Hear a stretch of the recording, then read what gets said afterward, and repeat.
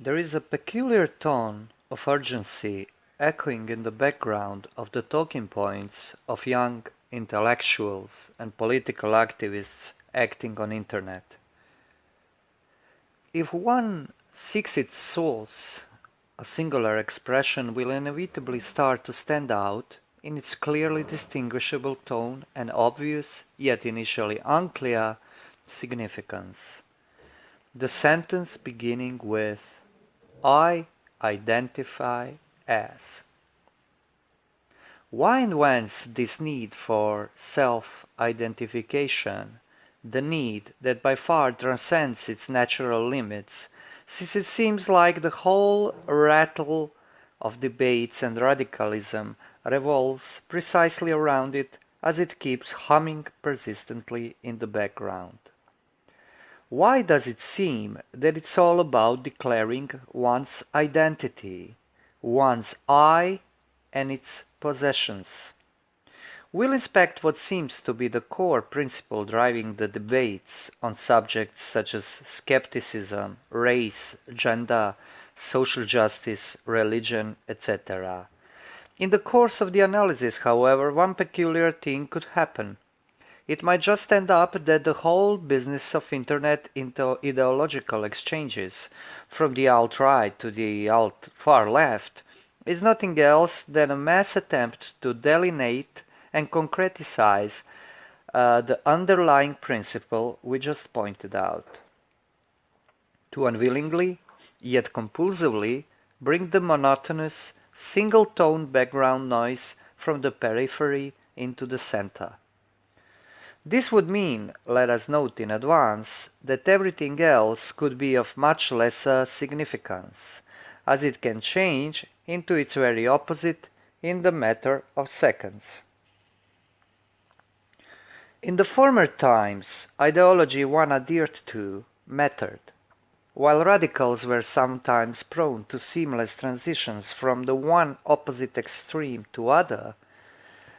Majority of people held more or less firmly to their core beliefs, no matter how skewed they might have been. You wouldn't expect a progressive to become a conservative that easily, and consequently, you wouldn't expect what amounts to masses of people switching their beliefs and political outlooks based sometimes on a simple video clip. No wonder, one might say, because there were no simple video clips at that time. And this could precisely be the point. There existed to some extent a constancy of thought and act, and by implication a constancy in their subjects, persons holding to them. Nowadays, as it seems, this has almost imperceptibly yet fundamentally changed. The phenomenon is above all disclosed by the internet. This medium has far more depth than is usually admitted in the sense that it can disclose a peculiar differences and nuances about its users that are in no way disclosed outside of it. For example, people's social network personas more often than not appear to be rather different than their real-life characters in a quite exceptional manner. It is more or less usual that aggressive debater or biting cynic from the Facebook can in reality be a rather timid person, completely uninterested in continuing his frantic online activity in actual conversations, or vice versa. What makes this stand out as something far more peculiar and deeper than the simple benefit of anonymity, which is really a mirage in the context of internet, is that the online persona seems to be a far more accurate expression of person's inner nature than the one he displays in offline living. Paradoxically, the internet-mediated identity seems to be what he really is, whereas his real personality rather comes out as at best a partial expression of it, obscured by social mores and insecurities, or even something darker, but really hard to pinpoint. How is this possible? To answer this question, we must inquire about the essential difference between what goes online as opposed to real life. The implications of this will, however, take us much deeper than the mere discrepancy of what one really thinks as opposed to what he pretends to think, because it appears that precisely pretense in this context seems to claim the mantle of reality itself. I think that the answer lies in the real motive behind all the frantic intellectual and virtual political activity we are witnessing today.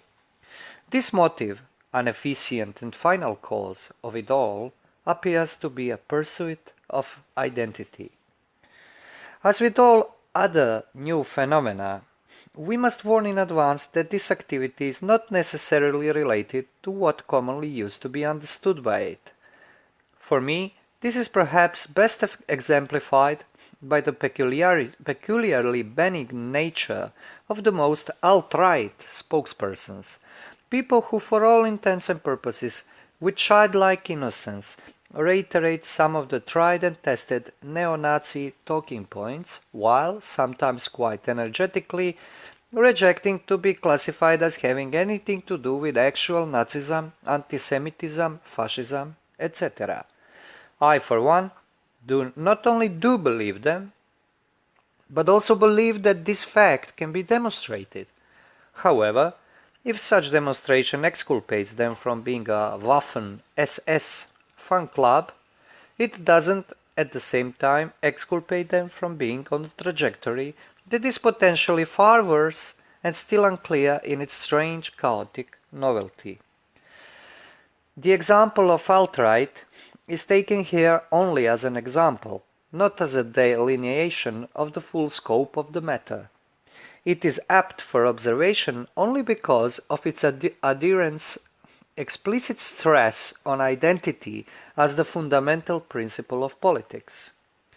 It is my contention that the cause of the whole plethora of young people herding around this movement, often coming from other, seemingly disparate internet-based movements, doesn't essentially lie in the attractiveness of the core principles of alt-right, which are in fact reiteration and reformulation of already existing political philosophies of 19th and 20th century, but rather in their pursuit of the most abstract principle of the pure identity they crave and seemingly find in the white nationalism and the vision of the white ethnostate.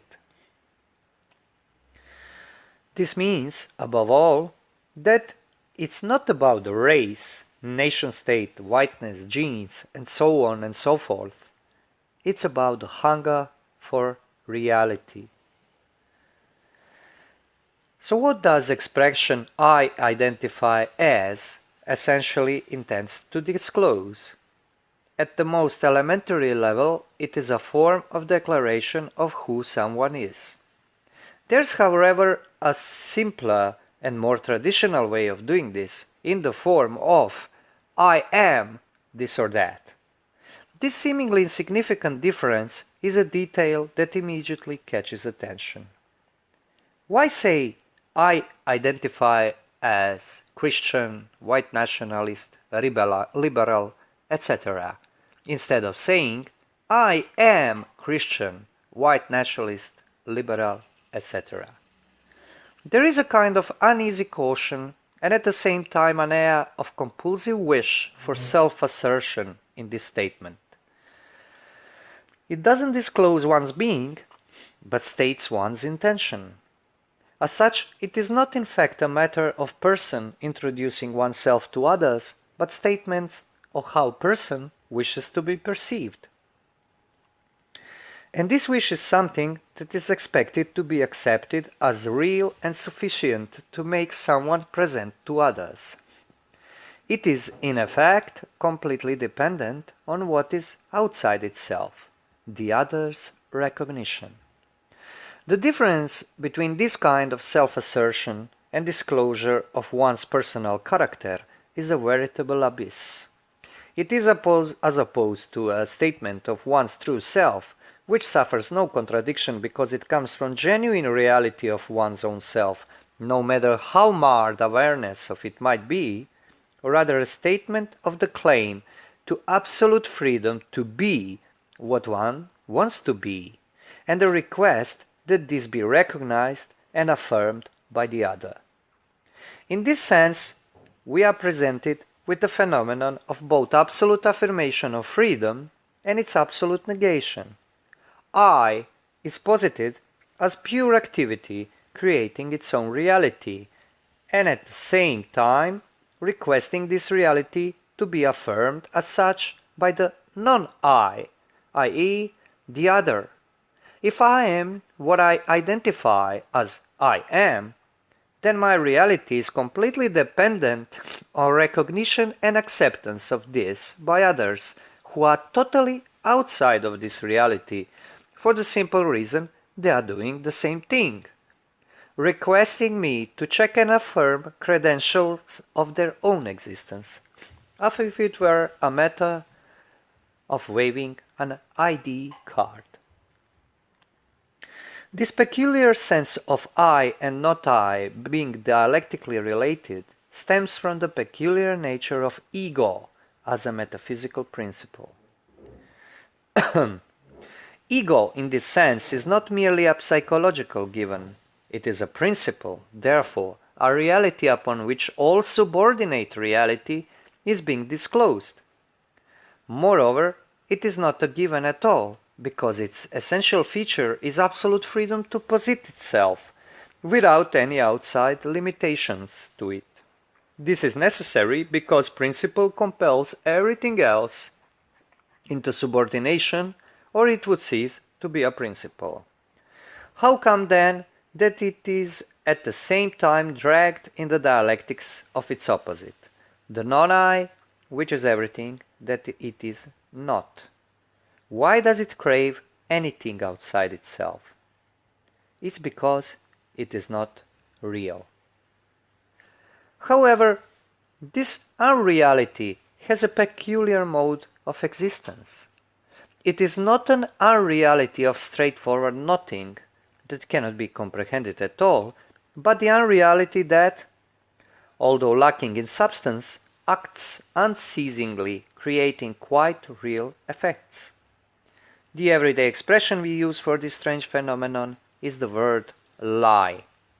For something to be a lie, there must exist something that is true. Therefore, a lie needs the truth as its other. It is an intentional statement of other than what really is in any given instance. To say that lie is unreal does not prevent us in being influenced or even destroyed by lies. It doesn't prevent us to build the whole of our lives on lies. From personal histories to world history, it is hardly necessary to point out how often this is precisely the case. The ego is a principle upon which it is possible to assimilate a lie, because it is itself a reality based on being other than what really is. No man really knows himself. The older he gets, the more certain he is about this.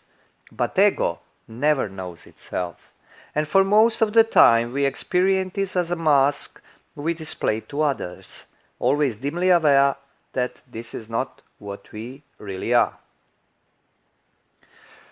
But the psychological mode of these principles is subordinated to its metaphysical validity, something that is more or less neglected in spite of its all-pervading power, quite in accordance with the overall rejection of traditional logic of resolving the individual instances into their principles.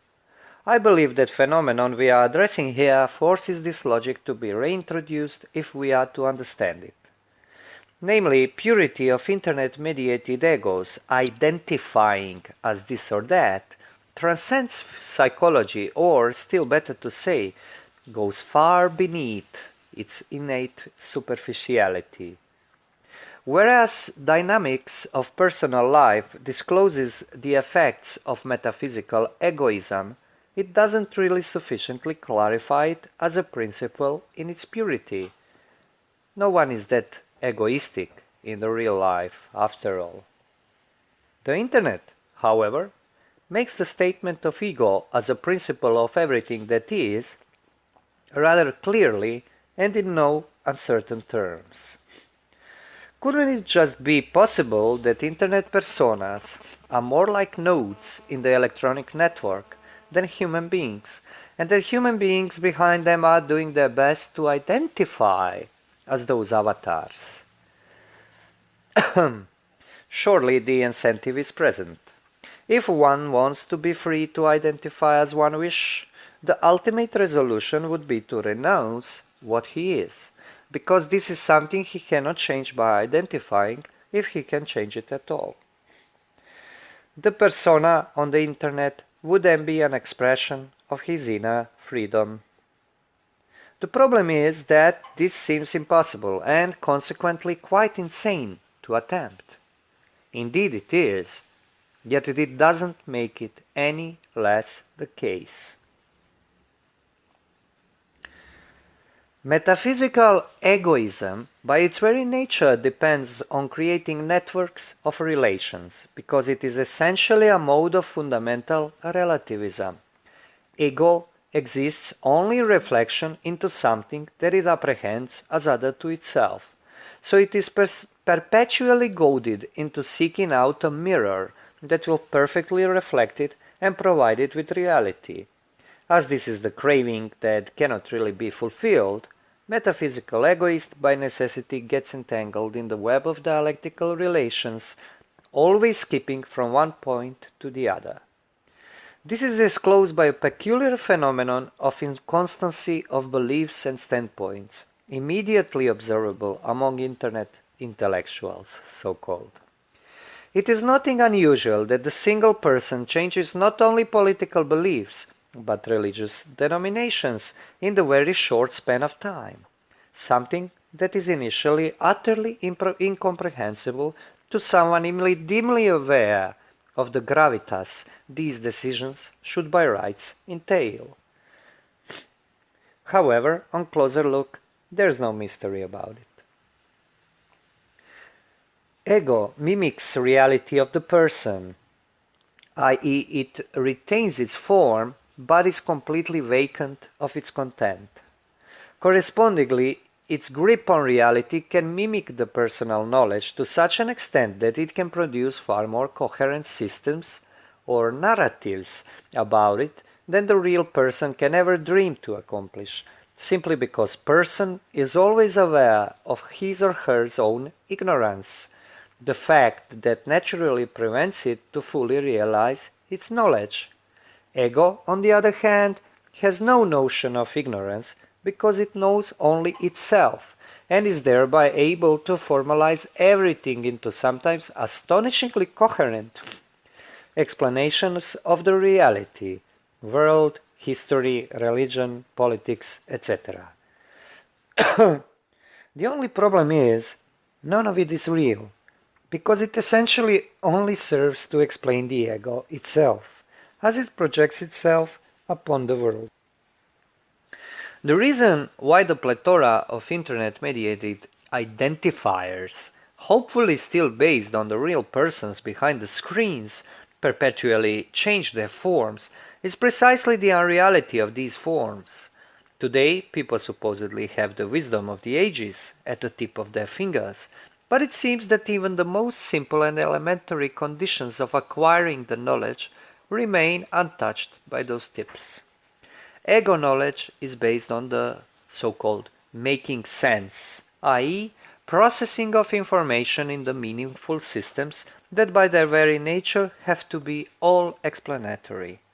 The reason for this is the fact that ego is absolute and cannot be satisfied with knowing something but exclusively by knowing everything.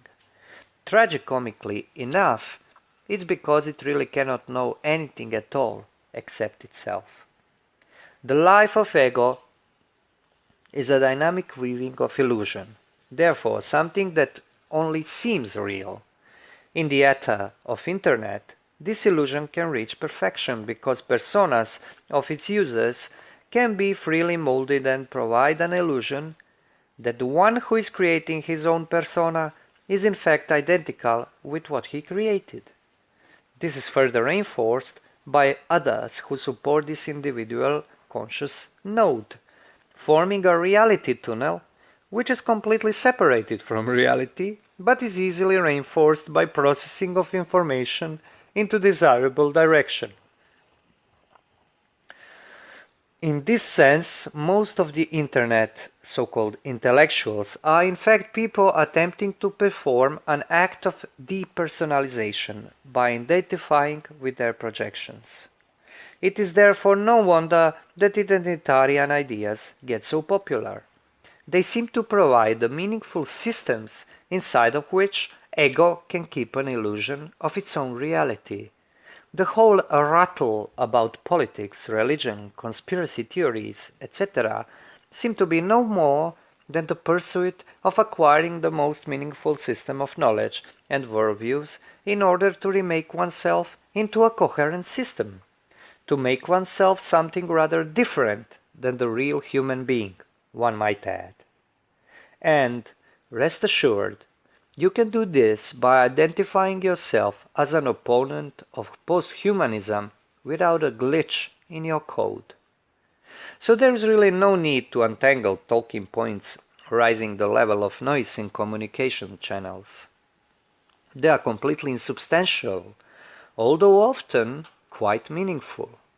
Their true substance is the hunger for reality, whose object is simultaneously being rejected by the decision to project oneself instead of the decision to be oneself. The motive behind it is rather plain one. Knowledge is power, and absolute knowledge would be that which is unconditioned by reality outside it. Black comedy of it all lies in the fact that such knowledge is impossible. It is an illusion of knowledge. But, as we already pointed out, illusion is not a trifle matter.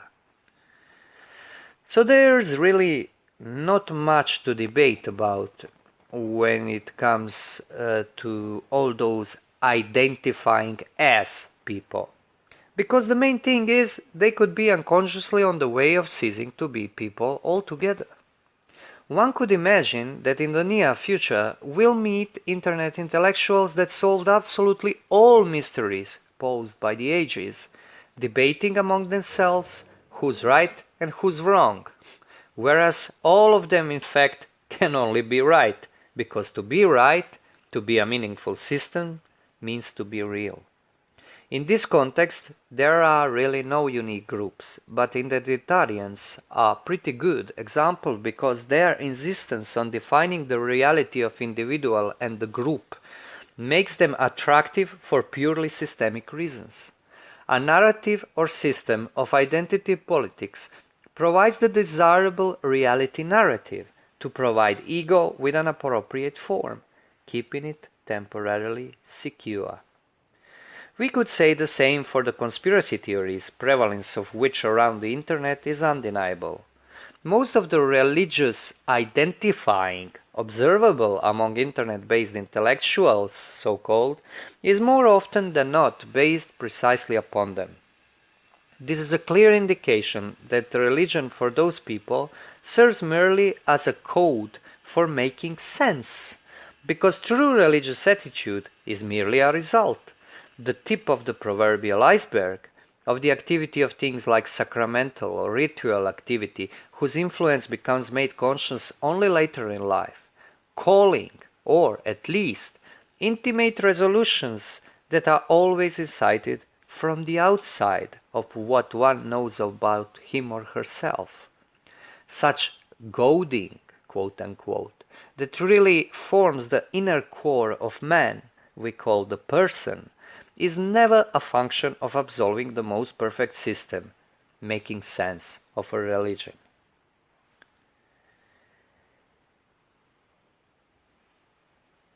It is by no means surprising that such people can indeed be very well informed and information processed by assimilating the truckload of books, because ego activity is by its very nature a compulsive one, and they are not troubled by inconsistencies normal person frequently discovers in his or her reality, so they can at least theoretically reach the point of knowledge about everything. But it's not because they are right, it's because they are terminally entangled into illusion that they indeed are everything there is. Of course, once this detachment from reality reaches some high points, tragicomedy ensues whenever ego attempts to reach back for it. But as an infinite sea of information and its meaningful combinations engulfs the persona, the comedy moment soon evaporates. This is because the reality outside of the web of information ceases to be anything else but the hostile land of the unknown, threatening the confines of ego's reality tunnel. In conclusion, let us note that there is a kind of infectiousness to this phenomenon, and that one is immune to it only to an extent he or she is already a stable person, not in the psychological, but in the much deeper and perhaps at the same time quite prosaic sense of being humble. This does not necessarily entail the even deeper core of religious humility, although it really seems to finally resolve into it, but at least the simple awareness of one's own insignificance and correspondingly one's own finitude. In this way, the trap of being assimilated by one's own projection, which is in our day and age provided with a perfect and doubtless still more perfectible medium, can be avoided. The worrisome trend, however, lies in the direction of younger generations, something that is especially observable among the alt-right aficionados from internet image boards, who are far more susceptible to this than their seniors. Whereas bozos of my generation can fool you for some time, those unhappy children bear no guile nor allow any compromise with their hunger for identity and the reality it falsely promises. This means they are perhaps not even fooling themselves, but are already clutching to projection as the ultimate reality itself, knowing nothing outside it. One might say that in their case the pitch of the background noise is already silencing all other tunes in its cacophony. The siren's song, drawing them enchanted over the precipice, is nothing but screeching. Yet apparently they don't seem to mind or show doubt.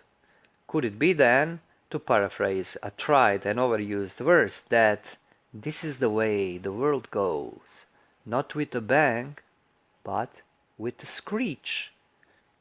Probably not. The world isn't going anywhere soon.